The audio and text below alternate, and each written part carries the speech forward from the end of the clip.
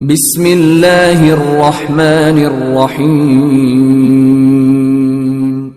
پاک جیلانی پیر بعد میں اگرچہ پیدائشی لیکن غوث اعظم کہتے ہیں میں نے کے پاس بعد میں پڑھا، میں نے حضرت ابو سعید مخزومی کے ہاتھ پر بیعت بعد میں ہوا، میں ملی، سارا کچھ بعد میں ہوا۔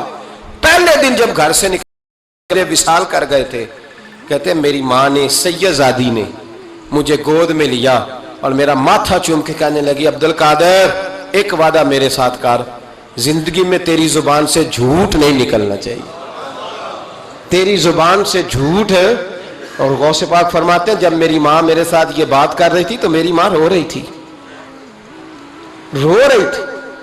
کبھی رو کے بھی کسی نے نصیحت کی ہے بچوں کو؟ حضرت غوث اعظم رضی اللہ تعالیٰ عنہ فرماتے ہیں مجھ پر میری ماں کی بات طاری ہو گئی میری ماں کی بات۔ وہ میری ماں نے آنسوؤں کے اندر لپیٹ کر جو مجھے تحفہ دیا تھا نا سچ کا، وہ میرے ذہن پر، دل پر، روح پر چھا گیا۔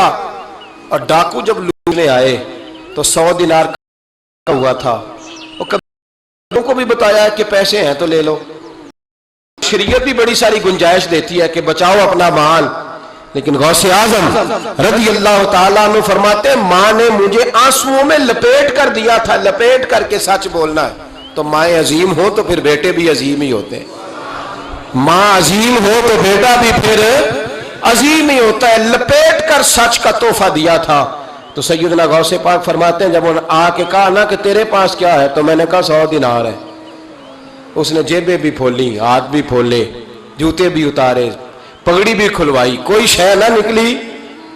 تو کہتے ہیں وہ سردار کے پاس لے گیا، کہنے لگا سردار یہ عجیب بچہ ہے، کہتا ہے 100 دینار ہے، سارا ڈھونڈ لیا ملے نہیں، تو یہ جھوٹ بول رہا ہے۔ تو کہتے ہیں جب اس نے کہا نا جھوٹ بول رہا ہے، تو حضرت غوث اعظم کہتے ہیں مجھے جلال آیا، غصہ، میں نے کہا خبردار یہ بات نہ میرے ساتھ آج کے بعد کرنا، میں جھوٹ نہیں بولتا، یہ میرے قریب نہیں آ سکتا، خبردار۔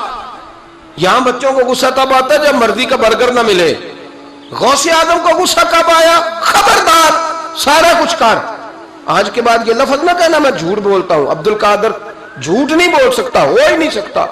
اس نے کہا پھر بتا پیسے کدھر ہیں؟ تو حضرت نے بٹن کھولے اور الٹ کر کے کرتا کہنے لگے میری ماں نے سیے تھے، 12 سال کے غوث پاک۔ یہ ایک روایت ہے، یہ ہم لوگ اس کو کہانی سمجھ، کہانی نہیں بھائی، کہ اگر تیرے میرے سامنے ہو تو اللہ کی عزت کی قسم ہے اور آپ بھی توبہ کر دیں۔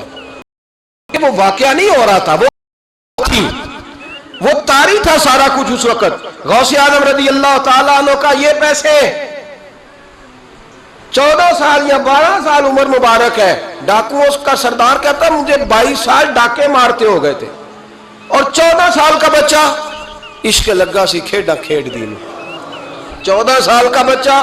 غوث اعظم نے پلٹ کے دکھا یہ پیسے، تو وہ ڈاکو کا سردار کہتا ہے کہ پتہ نہیں مجھے کیا ہوا کہ بچے کے جذبات کس طرح کے ہیں، افکار کس طرح کے ہیں، خیالات کس طرح کے۔ کہتا کہ کہاں جا رہے ہو؟ کہا میں علم سیکھنے بغداد جا رہا ہوں۔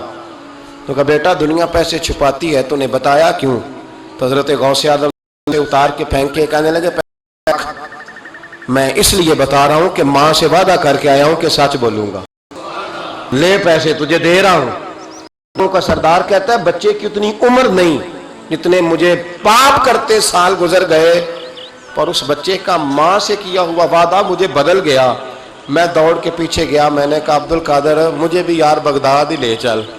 کہا وہاں کیا کرنا ہے؟ کہا جس استاد کے پاس تو آگے بیٹھ کے پڑھے گا میں اس کے پیچھے بیٹھ جایا کروں گا، چلو بڑھاپے میں بھی کو رٹا لگا کے قرآن و سنت سیکھ جاؤں گا۔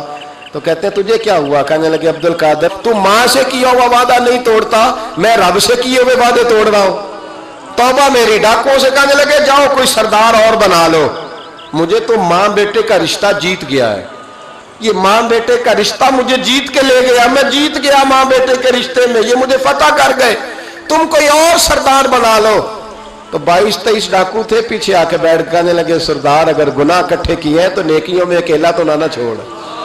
او بھائی ماں بیٹے کا رشتہ اور ماں بیٹے کی تربیت، تو 14 سال کا بچہ توبہ کرا جاتا ہے، پر مصیبت یہ ہے کہ ہم وہ مائیں تیار کرنے میں کامیاب نہیں ہو سکے، لیکن ہم نے سدا ناکام نہیں رہنا۔